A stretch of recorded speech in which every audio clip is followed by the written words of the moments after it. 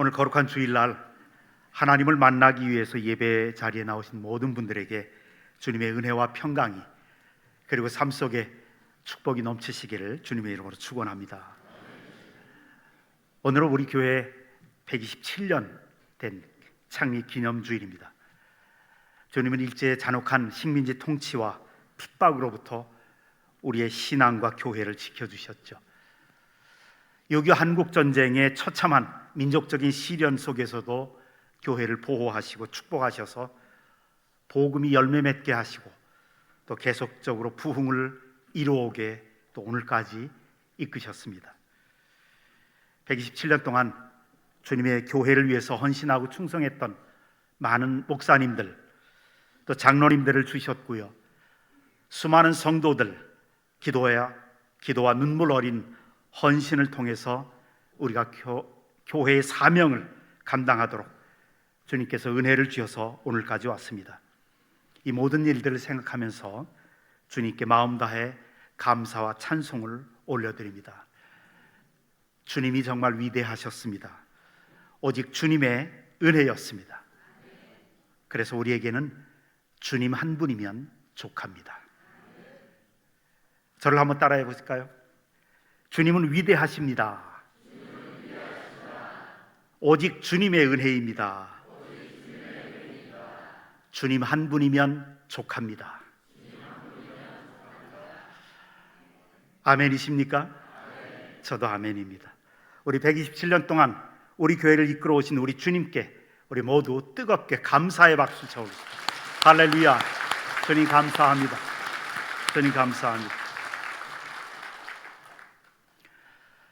여러분, 우리는 성령을 통해서 거듭났습니다. 그래서 하나님의 자녀가 됐죠. 성령을 통해서 예수님을 알게 되었습니다. 성령의 도우심이 없이는 예수님을 알 수조차도 없죠. 성령은 우리에게 예수님이 누구신지 알도록 도와주시는 영이셨습니다. 예수님이 믿어지게 하시는 분이 바로 성령님이십니다. 여러분들이 이 주일날 이 좋은 날씨에 다른 데 가지 않고 교회에 나와서 예배를 드린다는 것은 성령께서 이미 여러분들 속에서 예수가 믿어지게 하시고 예수님을 주님으로 믿기에 교회에 나온 줄로 압니다. 성령님의 역사하심입니다. 성령님이 없이는 치유도 없습니다. 회복도 없습니다. 우리의 상한 마음을 치유해 주시는 분은 성령님이십니다. 우리가 살아가면서 잃어버린 모든 것들을 회복시켜 주시는 분도 성령이십니다. 우리의 심령이 마른 뼈와 같이 됐을 때 성령님은 우리의 심령을 살아나게 하십니다. 그래서 건강케 하시고 그리스도의 군사로 존귀하게 만들어 주시고 주님의 영광을 위해서 우리를 사용하십니다. 에스겔서 37장 5절을 보면 주님이 이렇게 말씀하시죠. 주 여호와께서 이 뼈들에게 이같이 말씀하시기를 내가 생기로 너희에게 들어가게 하리니 너희가 살아나리라. 이스라엘 백성들의 하나님의 백성들의 심령이 영혼이 말라버렸다는 거예요. 영혼이 죽었다는 거예요. 죽어서 썩어지고 뼈들만 남았다는 거예요. 그 뼈들 속에 내가 생기를 성령을 불어넣어 줄 텐데 그 뼈들이 살아나서 하나님의 군대가 될 것이라는 예언입니다. 에스겔이라고 하는 사람은 히브리 민족의 이스라엘 사람들의 제사장이고 선지자였습니다. 그런데 지금 에스겔이 어떤 형편에 있냐면 에스겔은 지금 예루살렘에서 수말리 떨어진 바벨론이라고 하는 그곳에 포로로 끌려간 거예요. 수백만 명의 히브리인들과 함께 포로로 끌려가서 지금 자기 민족을 위해서 기도하고 있었습니다. 하나님 앞에 그렇게 기도합니다. 하나님, 이게 무슨 일입니까? 하나님 살아계십니까? 왜 우리 민족이 하나님을 믿고 있는데 바벨론이라고 하는 이 사탄적인 제국에 수많은 사람들이 피를 흘리며 죽고 끌려갔습니까? 여기 끌려와서 그발 강가에서 눈물 흘리면서 이 바벨론 제국을 위해서 포로로 노예 생활해야 됩니까? 하나님 정말 살아계십니까? 기도하는 가운데 하나님이 이 에스겔 선지자를 바벨론 제국에서 기도하는 그의 영혼을 환상 속에서 예루살렘으로 데리고 오십니다. 그리고 성전에 들어가게 하시죠. 환상을 통해서 예루살렘 성전으로 들어간 에스겔. 비록 예루살렘 성전이 회파되고, 그런데 그 속에 들어간 에스겔은 비록 파괴된 성전이었지만 그 안에서 하나님의 영광을 체험하게 됩니다. 그 성전 안에 하나님의 영광이 가득 찬 것을 보게 하십니다. 그리고 너희가 포로로 끌려가서 고통 속에 70년 동안을 고통당하는 이유는 너희가 성전을 버렸기 때문이다. 성전을 멀리했기 때문이다. 그러시면서 내가 너희와 인류 역사를 통해서 어떻게 축복하시는가를 봐라. 하나님이 이 세상과 인간의 역사를 축복하시기 위해서 성전을 어떻게 이용하시는가를, 그 하나님의 축복이 어떻게 교회를 통해서 세상에 흘러들어가게 하는가를 에스겔에게 지금 보여주고 있는 내용이 오늘 우리가 읽은 본문의 말씀입니다. 하나님이 이 인류 역사를 어떻게 축복하시는가를 1절에서 이렇게 시작합니다. 그가 나를 데리고 성전 문에 이르시니 성전의 앞면이 동쪽을 향하였는데 그 문지방 밑에서 물이 나와 동쪽으로 흐르다가 성전 오른쪽 제단 남쪽으로 흘러내리더라. 성전에서 흘러내리는 그 물이 지금 세상 속으로 흘러들어간다는 거예요. 여기서 물과 이 생수를 성령으로 비유해서 묘사하는 겁니다. 이 생수가 성전에서 흘러나와서 흘러들어간다는 거예요. 여러분, 교회는 세상이 줄 수 없는 생수를 제공해 주는 곳입니다. 성전에서 흘러나오는 이 물을 마시면 이 세상이 살아나고 치유되고 회복되고 번영합니다. 세상에서 흘러나오는 이 생수가 모든 것을 소생시킨다고 오늘 본문이 말합니다. 9절과 10절이 이렇게 말하죠. 이 강물이 흐르는 곳마다, 이르는 곳마다 번성하는 모든 생물이 살아나고 또 고기가 힘이 많으리니 이 물이 흘러들어가므로 바닷물이 되살아나겠고 이 강이 이르는 각처의 모든 것이 살 것이며 10절에 또 이 강가에 어부가 설 것이니 엔게디에서부터 에네글라임까지 그물 치는 곳이 될 것이라. 그 고기가 각기 종류를 따라 큰 바다의 고기같이 힘이 많으려니와. 보세요.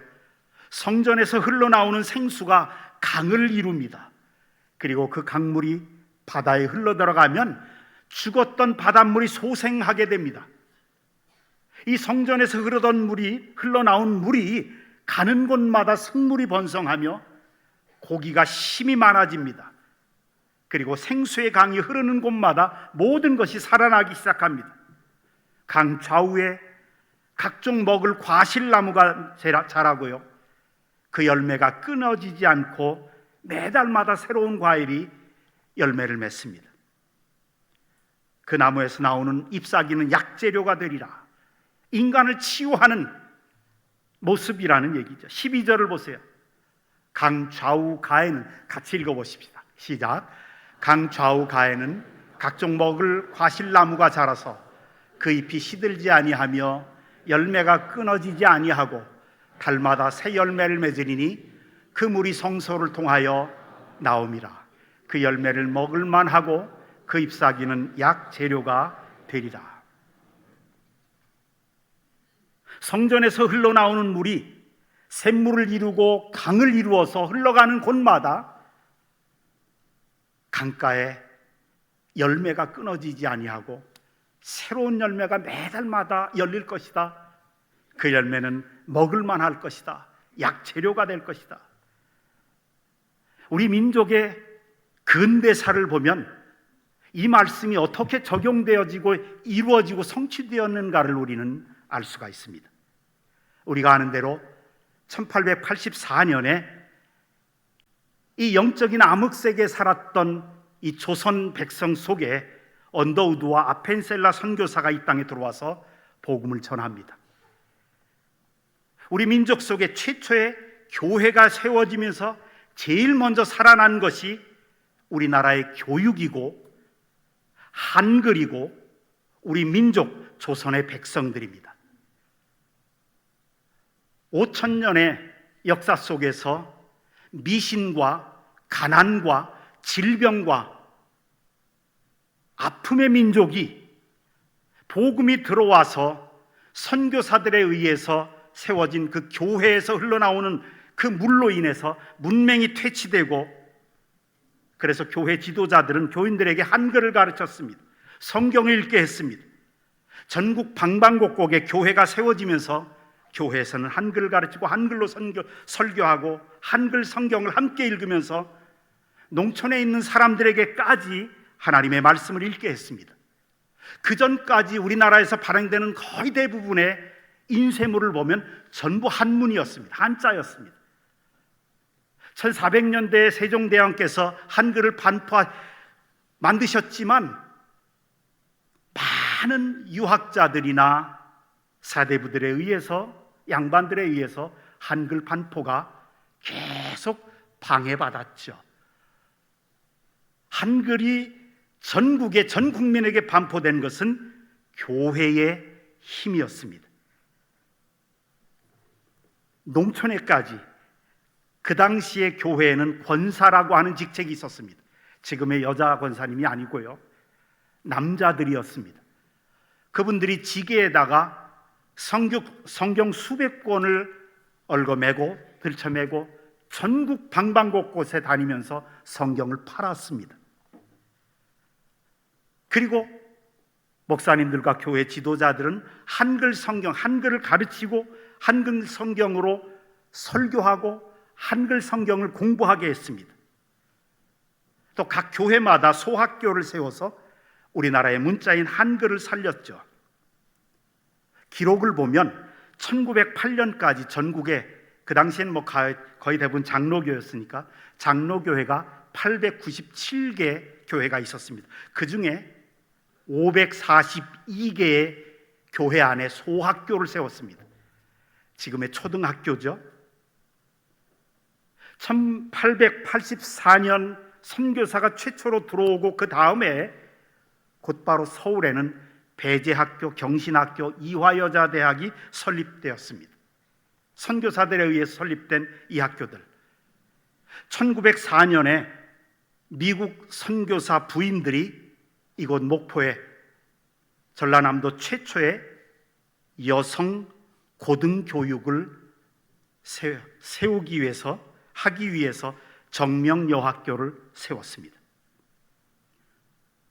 1904년도에 세운 이 정명여학교가 일제에 반대하면서, 신사참배에 반대하면서 스스로 폐교를 하면서까지 신앙을 지켜나갔죠. 그 이후 한국교회는 계속해서 중고등학교, 대학교들을 물밀듯이 세웠습니다. 그 학교를 졸업한 수많은 인재들이 우리나라 곳곳에 들어가서 일을 했습니다. 우리나라는 그래서 세계적인 교육 강국이 되었습니다. 짧은 시간 안에 자원 하나도 없는 이 나라, 어떻게 국가를 발전시켰고 과학과 산업이 발전할 수 있었을까? 교육의 힘 이외에는 설명이 안 됩니다. 제가 오래전부터 러시아에서 방영한 TV 45분짜리 TV 프로그램을, 또 아르헨티나, 남미에서, 또 프랑스에서 방영된, 또 독일에서도 방영된 TV 프로그램 주제가 한국에 대한 것이었습니다. 최근이었어요.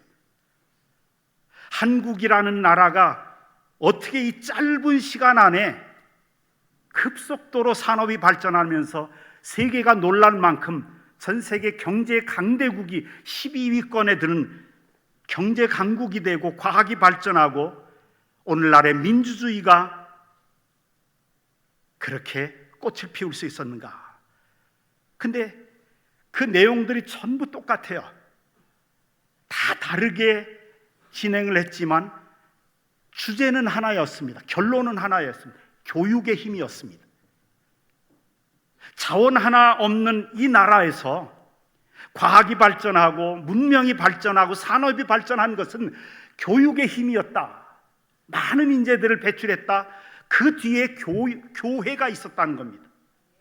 이 세상 사람들은 거기에 대해서 눈을 감고 있지만, 말을 안 하지만, 우리나라의 인재들을 키웠고 길렀고 세계적인 인물들을 만든 것은 교육의 힘이었다고 역사는 사실로 우리에게 증명하고 있습니다. 제가 아직도 기억나는 것은 우리 교회 최초의, 전라남도 최초의 서양 병원이 우리 교회 안에 있었다는 거 아십니까? 브랜치 병원이라고 하는 이름으로 지금 우리 성전이 있었던 이쪽 자리에 브랜치 병원 건물이 있었습니다. 제가 부목사였을 때 그것을 보고 참 신기하게 생각했던 적도 있었습니다. 복음이, 성전에서 흘러나온 물이, 그 복음이 성령의 능력을 타고 교육으로 인재를 양성하는 그 힘으로 우리나라 곳곳에 산업이 발전하고 민주주의가 발전하는 원동력이 되었다는 겁니다. 이것이 오늘 하나님의 말씀 속에 계시하신 본래 교회의 모습입니다. 하나님이 교회를 통해서 이 세상에 복음의 생수를 공급하시고 이 복음의 물을 세상이 마시면 소성하게 되고 살아나고 치유받게 되고 번영하게 되어 있습니다. 잘 되게 됩니다. 형통하게 됩니다. 이런 축복을 우리 민족이 받은 것입니다. 그렇습니다. 성령의 생수를 마시면 모든 것이 새로워집니다.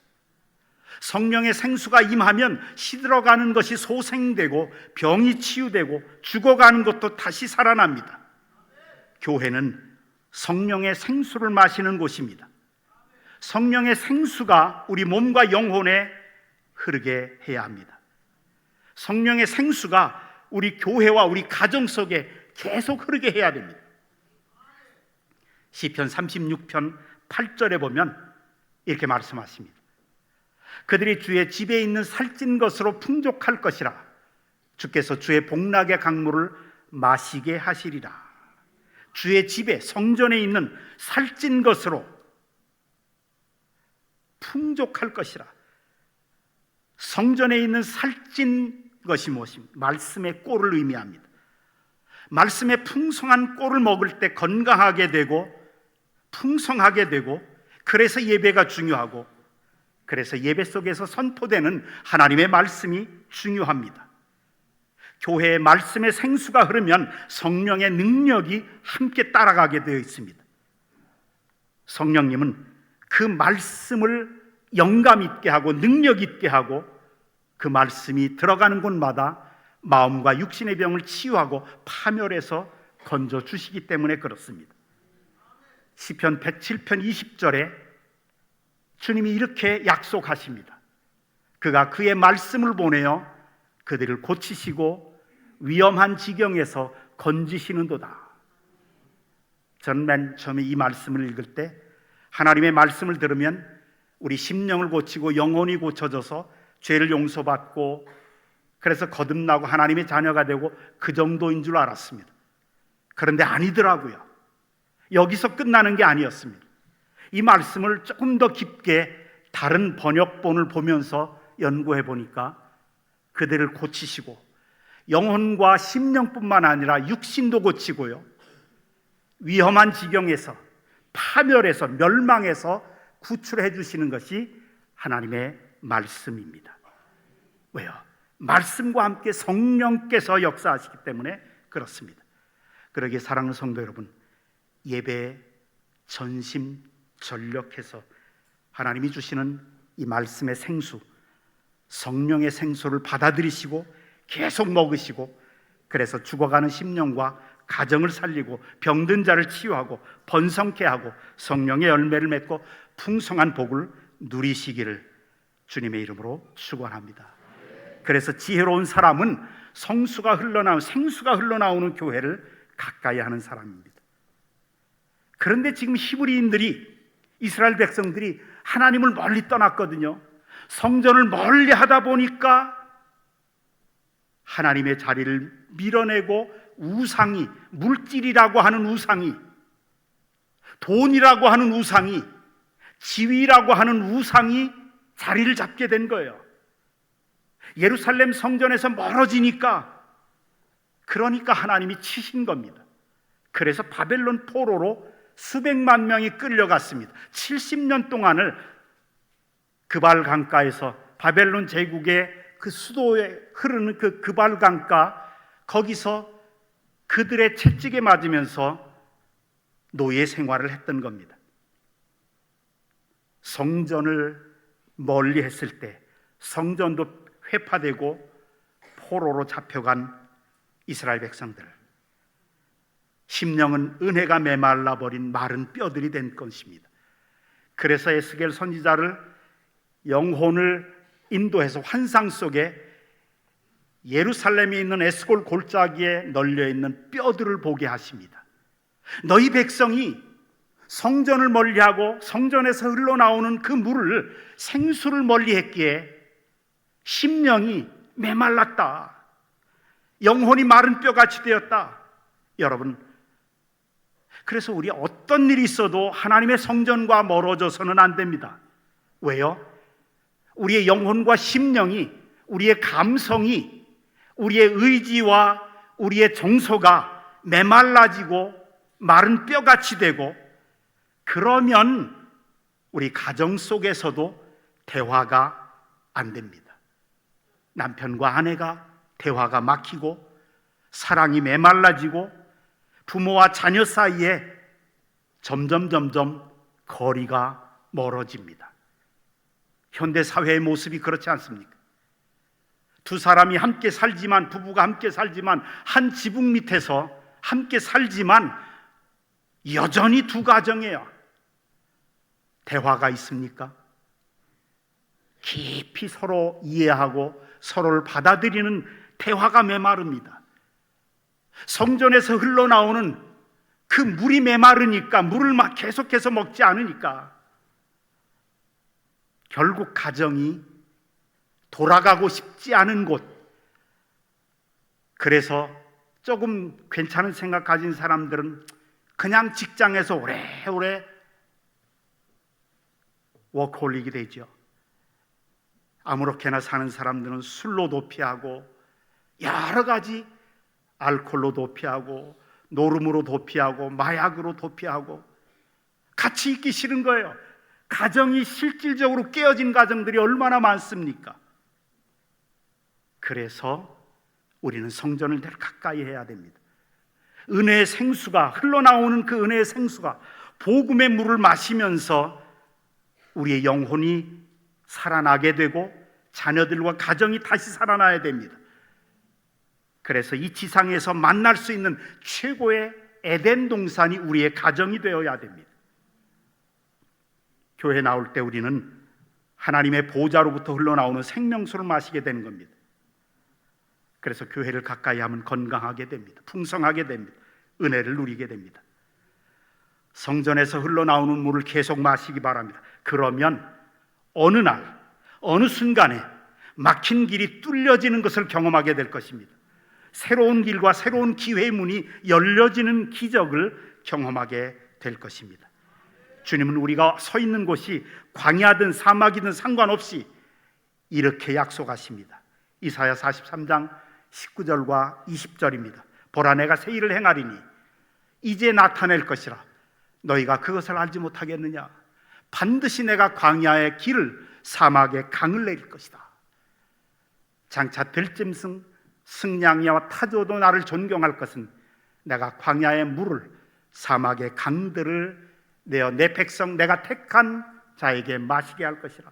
우리가 살고 있는 이 광야 같은 세상, 들짐승과 승냥이와 타조 같은 무수히 많은 별의별 사람들이 많은 곳에서 주님은 그 사막의 강들을, 광야에게 물을 내겠다고 약속하십니다.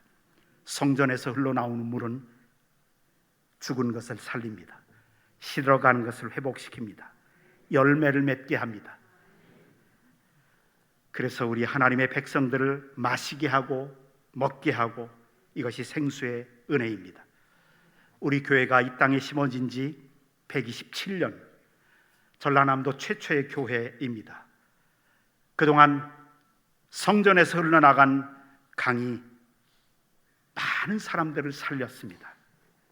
앞으로도 계속될 겁니다. 여러분, 성전을 가까이 하십시오. 성전에서 거하시는 하나님을 가까이 하십시오. 말씀을 통해서 길이 되시고 생수가 되시는 예수 그리스도를 부디 인격적으로 만나십시오. 그리고 길이 없는 곳에 길을 만들어 주시는 우리 예수 그리스도를 늘 가까이 하며 살아가십시오. 그러면 우리의 가정은 신앙의 명문 가문이 될 것이고, 우리의 교회는 우리의 후손들에게 자랑스럽게 물려줄 수 있는 명품 교회가 될 것이며, 우리의 자녀들은 기도와 말씀으로 훈련된 세계적인 지도자들이 될 것입니다. 이런 은혜가 우리 모두에게, 우리 다음 세대들 위에, 그리고 우리 민족 위에 넘치시기를 주님의 이름으로 축원합니다.